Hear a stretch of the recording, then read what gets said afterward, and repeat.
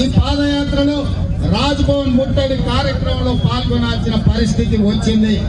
ఈ దేశంలో ప్రజాస్వామ్యాన్ని కాపాడడం, ప్రజాధనాన్ని కాపాడడం మా బాధ్యత. ముఖ్యమంత్రి గారు ఏ హోదాలో ఉన్నా ప్రజాధనాన్ని కాపాడవలసి వస్తే రోడ్డు ఎక్కుతాం, చట్టసభల్లో నిరసన జరుపుతాం. ఈ రోజు దాంట్లో భాగంగానే ఈ రోజు ఈ కార్యక్రమాలన్నిటిని కూడా మేము తీసుకున్నాం. ఇంకొక పక్కన కోతికాడి నక్కలాగా టీఆర్ఎస్ వాళ్ళు కాసుకొని ఉన్నారు. టీఆర్ఎస్ వాళ్ళు అంటున్నారు, అయా ముఖ్యమంత్రిని నువ్వెక్క ధర్నా చేస్తావని. నేను చేయను, నువ్వు చేస్తావా? నేను ఇవాళ టీఆర్ఎస్ సన్నాసులను అడుగుతున్నా, అమెరికా దేశంలో ఈ దేశ పరువు ప్రతిష్ట తీసిన అదాని మీద విచారణ చేయాలా వద్దా? ఈ రోజు ప్రధానమంత్రి జేపీసీ వేయమంటే తప్పించుకొని తిరుగుతున్నాడు. పార్లమెంటు నడుపుతలేడు.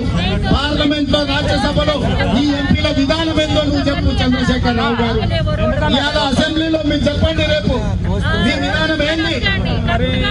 భారతదేశ పరువు ప్రతిష్టను ప్రపంచ దేశాల ముందు మంత్రి అదానిని శిక్షించాలా వద్దా? అదానిని కాపాడుతున్న నరేంద్ర మోడీని నిలదీయాల్సిన అవసరం ఉందా లేదా? తెలంగాణ రాష్ట్ర ముఖ్యమంత్రిగా ఉన్న నిరసన కార్యక్రమంలో పాల్గొన్న మమ్మల్ని కాంగ్రెస్ పార్టీని అవహేళన చేసే ప్రయత్నం చేస్తున్నారు. మీరు అవహేళన చేయడం ద్వారా అదానిని కాపాడే ప్రయత్నమే చీకట్లో ప్రధానితో చేసుకున్న ఒప్పందం. ఢిల్లీకి వెళ్లి బీజేపీ పెద్దల కాళ్ళు మొక్కి అరెస్ట్ నుంచి తప్పించుకోవడానికి ఇవాళ బీఆర్ఎస్ బీజేపీకి లొంగిపోయింది. దాంట్లో భాగంగానే అదాని అవినీతి మీద ఇవాళ బీఆర్ఎస్ వాళ్ళు మాట్లాడతలేదు. అందుకే ఇవాళ ఈ వేదిక మీద నుంచి చంద్రశేఖరరావు గారిని, హరీష్ రావు గారిని, తారక రామారావు గారిని, కల్వకుంట్ల కవితను నేను అడుగుతున్నా, మీరు ఎవరి వైపు? మీరు ప్రజల వైపా లేకపోతే అదాని ప్రధాని వైపా? ఈ రోజు పార్లమెంట్ లో మీ విధానం ఏంటి?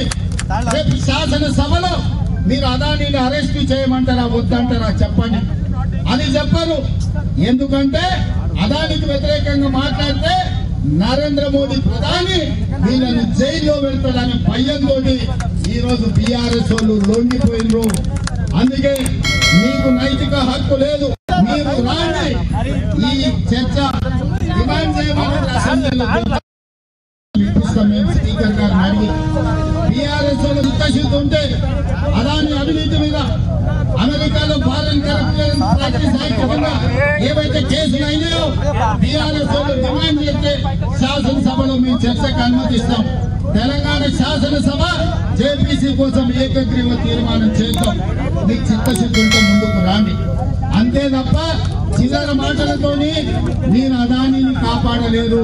మీరు ప్రధానికి అండగా నిలబడ్డా తప్పకుండా ప్రజా కోర్టులు ప్రధానమంత్రిని శిక్షించే వరకు కాంగ్రెస్ పార్టీ కొట్లాడుతుంది. ఈ నిరసన కార్యక్రమంలో పెద్ద ఎత్తున వచ్చి పాల్గొన్న కాంగ్రెస్ పార్టీ కార్యకర్తలకు, నాయకులకు, తెలంగాణ ఇన్ఛార్జ్ దీపదాస్ మంత్రి గారితో సహా మంత్రివర్గ సహచరులకు ధన్యవాదాలు తెలియజేస్తున్నా. మీడియా మిత్రులారా, ఈ రోజు విధి లేని పరిస్థితిలో, దేశ ప్రతిష్ట కాపాడవలసిన తప్పని పరిస్థితుల్లో మేము చట్టసభలలో ఎంత నిరసన తెలిపినా ప్రధానమంత్రి నిర్లక్ష్యం వహించిండు. కాబట్టి ఈ రోజు రోడ్డు మీద ధర్నాలు చేసి నిరసన చేసి రాజ్భవన్ ముట్టడి కార్యక్రమాన్ని తీసుకున్నాం. ఈ కార్యక్రమానికి సంపూర్ణంగా సహకరించిన మీడియా మిత్రులకు కూడా ధన్యవాదాలు తెలియజేస్తూ ఈ కార్యక్రమం ఇంతటితో ఆగదు. ప్రధానమంత్రి గారు ముందుకొచ్చి జేపీసీ వేయకపోతే తొందరలోనే రాష్ట్రపతి భవన్ కూడా ముట్టడి కార్యక్రమాన్ని కాంగ్రెస్ పార్టీ తీసుకుంటుందని తెలియజేస్తూ మీ అందరి దగ్గర సెలవు తీసుకుంటున్నా.